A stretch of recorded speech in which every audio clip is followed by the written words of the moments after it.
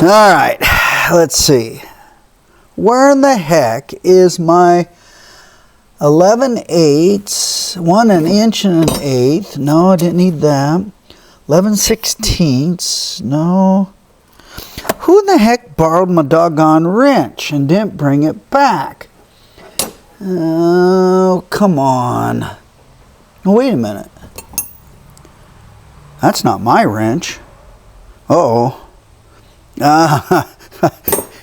It looks like I borrowed somebody else's wrench and didn't bring it back to them. You know, sometimes that's just kind of the way we are when we're working on stuff. So I've always got a rule with different guys that turn wrenches with me on different things. They're welcome to anything in this tool chest. Whatever tool I got, whatever piece of equipment I got, whatever, have at it. And they're kind of the same way with me, and we kind of beg, borrow, and steal from each other. And sometimes we forget to bring them back until it's time to get to another job and we go, oh, there it is. But too often when it comes to things and stuff you may see, we forget that stuff is not to build our kingdom, but to build relationships. And that's very clear when we see in the Gospel of Luke, the 16th chapter, we're looking at verses 10 through 13, and it reads, "He who is faithful in a very little thing is faithful also in much. And he who is unrighteous in a very little thing is unrighteous also in much. Therefore, if you have not been faithful in the use of unrighteous wealth, who will entrust the true riches to you? And if you have not been faithful in the use of that which is another's, who will give you that which is your own?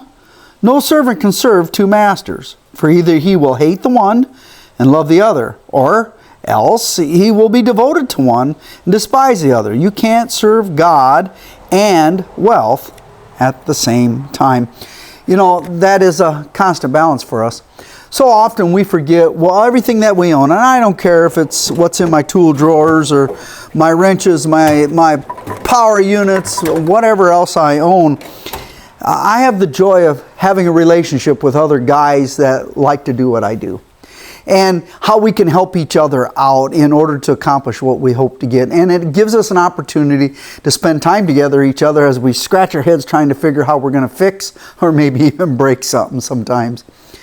And you know, the joy of this is in creation, God put all these things in place, and especially what He put in place for our salvation, for things that we have broken in our thought, words, and deeds. But our Savior Jesus came to us, and He bestowed upon us, through His death on a cross, forgiveness, faith in His death and resurrection, and life eternal. And we have that assurance because He's risen from the dead, so shall we rise someday. In the meantime, He gives us these days. He put everything in place for these days. He's provided for way more than we can ever accomplish or ever even imagine what we even own. But we always remember it's all His stuff.